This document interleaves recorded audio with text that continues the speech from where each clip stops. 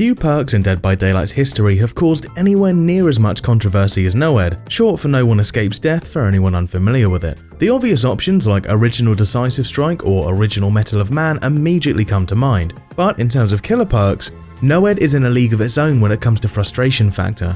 I imagine that some of you watching this video right now don't even play Dead by Daylight, yet you've likely heard of NOED many times. The perk is that hated.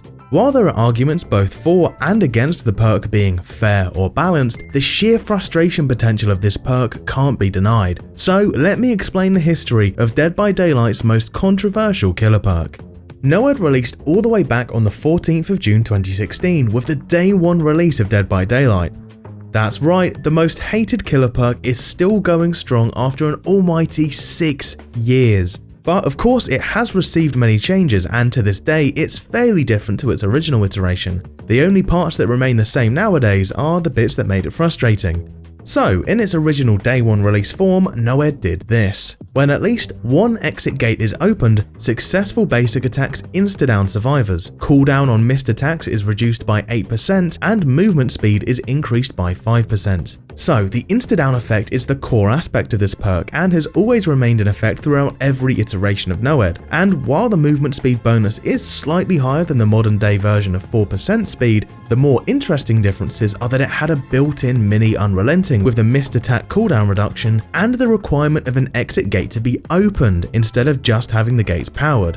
Except the perk was bugged. There actually never was a time where the gates actually had to be open for the perk to activate. From day one, it was bugged to activate as soon as the doors were powered, not opened. Of course, there was no denying that NOED was a strong perk even on day one of release. Movement speed is incredibly impactful, with even a 1 to 2% change making a huge difference, let alone a whole 5%. For the record, that's the difference between the Huntress's movement speed and Bubba's. And yes, the ability to one-shot is no laughing matter, but surprisingly, the movement speed wasn't quite as impactful as you'd expect it to be in those days, because back then, the game was played much more stealthily than modern day Dead by Daylight. Keep in mind, looping was never an intentional addition to the game and was simply the byproduct of killers having larger collision boxes than survivors. So, in turn, when NOED procs, chances are you'd be looking around for survivors hiding in corners, lockers, or bushes more than you would be actually chasing them. So, with all this information in mind, day one NOED was fairly similar to the modern day version, just a buffed version with additional effects. But it's not the end of the world, as survivors could always just cleanse the totems, right? Wrong. Hex totems were not present at the release of Dead by Daylight and wouldn't be first introduced until the release of the Hag 6 months later. So NOED was simply NOED, not Hex NOED. That's right, once the last gen pops, NOED would be permanently active, no ifs and no buts. I can imagine what the devs were thinking when they added original NOED. It would be a really cool way of further heightening tensions in the endgame when things were already tense. The survivors are so close to their freedom, and it's your final stand to escape and survive the killer's violent onslaught once and for all. And it's all or nothing now. Once the killer spots you, you're done. Better hide like your life depends on it, because it does. And I imagine, yes, for the first few matches encountering NOED in those days, it likely did create incredibly tense and enthralling gameplay that had players at the edge of their seats. But it would only be a matter of time until that excitement fades, and that experience would quickly go from, oh my god, this is so intense, to, here we go again, killer lost all the gens and now he gets to insta-kill us for free. Which, technically speaking, means NOED would be Dead by Daylight's first ever second chance perk. Whether players found it fun or annoying was subjective, but balance-wise, it posed a bit of an issue. The killer already had the entire match to kill survivors. Once again, players were much worse back then, and although gens were faster, people got them done much slower due to inefficient gameplay. And at that point, it felt completely unfair that survivors had done well and completed their objectives just for the killer to get rewarded, not the survivors. And there was nothing they could do about it other than hide. If the killer patrolled the doors back and forth with NOED, it felt as if survivors only had a tiny window to possibly escape. So over the course of the next 2 months, up to the 4th of August 2016, NOED received its first changes.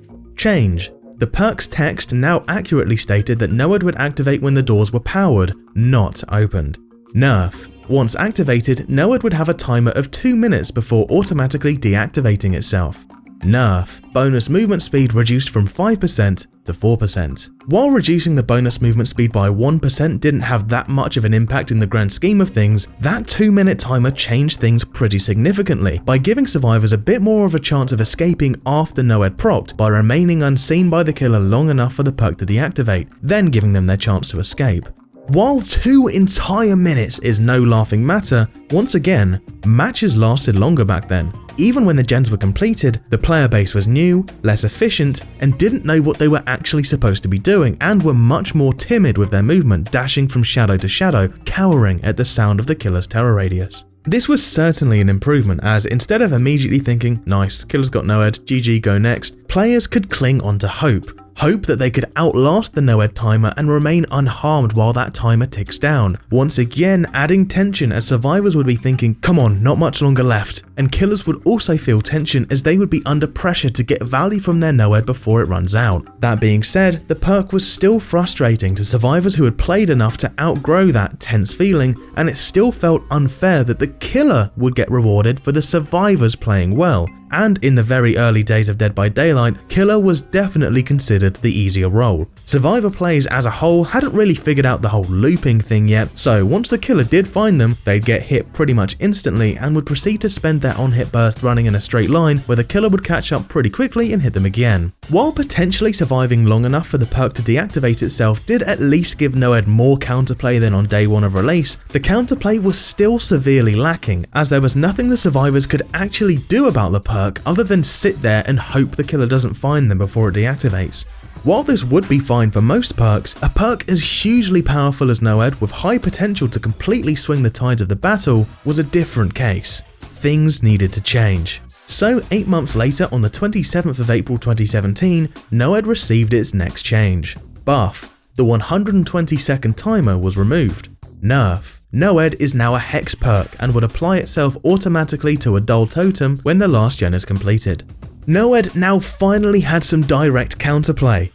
If survivors see no-edd activate, they now have the option to either play it riskily and try to sneak the doors open just like before, or they could simply break the totem and disable no-edd after they found it. Or if players didn't want to risk the killer having no-edd at all, they could prevent it entirely before it even activated by cleansing every totem on the map, leaving no totems for the perk to latch onto. Over the course of the almost 1 year it took for no-edd to become a hex perk, the player base of course became much better at the game. Looping had already become the norm, even if they weren't looping as well as they would do nowadays. Survivors had learned to hunker down on those gens and escape faster, and killers had learned to start using their red stain to mind game survivors. It's worth noting that no-edd wasn't made a hex perk until 4 months after the release of Hag, and with her, the concept of hex perks as a whole. This was likely to give the devs and the community time to assess hex perks and their potential to fit in Dead by Daylight as a whole before committing more perks to that category. Since totems as a whole were still new, no doubt it took players a few months to start to vaguely learn the totem spawns, but as totems were added 4 months before no-edd became a hex, by that point players were already familiar with Ruin, Third Seal and Devour Hope enough to be fairly competent at dealing with no-edd, alongside one more caveat in the survivors' favour. Totem spawns were absolutely horrendous.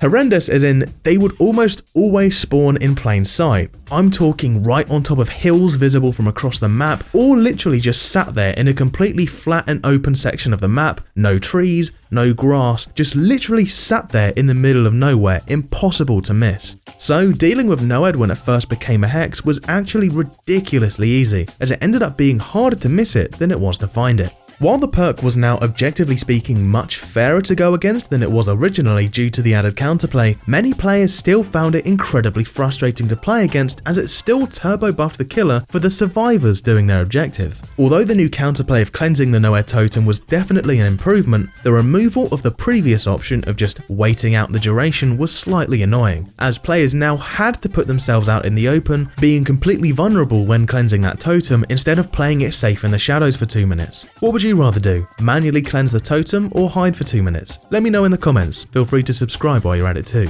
Over the years, totem placements gradually got better and better, which was technically a buff to no-edd alongside all other hex perks, as finding the no-edd totem would become harder and take more time. Additionally, if the killer knew the survivors had found the totem, they could protect it and insta-kill anyone that went for it, although that would be at the expense of leaving the gates unsupervised.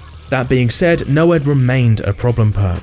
While it absolutely was a powerful perk, I don't think the reason for the perk receiving so much hate was in regards to the discussion of whether the perk was overpowered or not, but instead just how truly frustrating it was, not only for survivors but killers too, and I personally say it was outright unhealthy for Dead by Daylight as a whole. You see, as no-edd was a neutral perk, meaning it didn't belong to any specific killer and therefore players would gain access to no-edd very quickly, as they would have no teachable perks to pick from, they would gravitate towards no-edd as most of the other neutral perks for killers aren't very good, and the more they play, the more they would get used to no-edd. While normally players gravitating towards certain perks and getting comfortable with them isn't a bad thing, the situation with no-edd is a little different. What would frequently happen is killers would load into a match with no-edd and they would spend all game long getting absolutely hammered. They're having an absolutely miserable time. But then the last gen pops and no-edd kicks in. All of a sudden the killer now has a huge speed boost and insta downs and then proceeds to get multiple kills purely from no-edd. The killer has spent the whole match getting annihilated. They clearly need their skill rating lowered, but due to the sudden last second no-edd kills, the matchmaking system thinks the killer player must be really good, so their skill rating gets higher. So in turn, their next matches are even more torment as the survivors are even more out of that killer's league. But then once again, more last second no-edd kills, etc. It puts these players in a cycle of having absolutely zero fun getting bullied all game just to then get free kills at the end and then in turn get bullied even harder in future matches. And then if all their kills come from no-edd, that means that they don't really want to take off no-edd and therefore break out of that cycle. Just to clarify, I'm not saying no-edd is uncounterable, unfair, etc, but due to the fact survivors don't get notified about no-edd until after the killer has already insta-downed someone with it, it pretty much always leads to one free kill minimum, as whoever that first victim is won't have the necessary information to adjust their playstyle and positioning accordingly. Using no-edd put the game in a lose-lose-lose-lose situation. Either survivors cleanse every single totem on the map, spending absolutely ages looking all around for totem spawns, bored out of their minds having zero fun,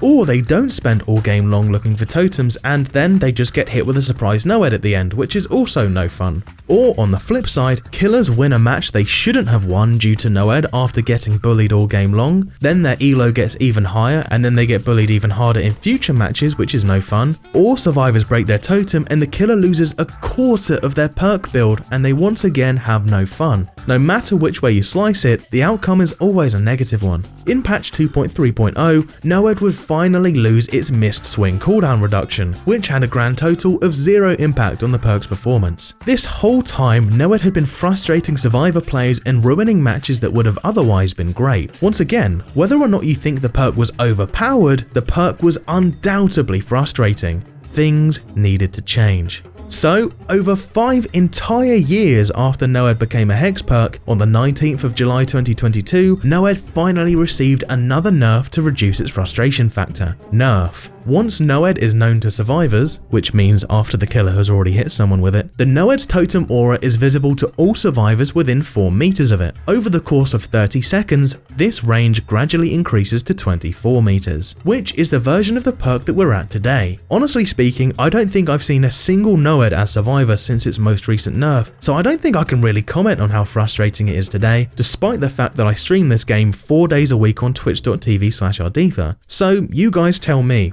how is no-edd nowadays? I hope you enjoyed the video and thank you so much for sticking to the end. If you have any other things you'd like me to discuss in a similar style to this video, be sure to let me know. You can catch me live on twitch.tv/Ardetha.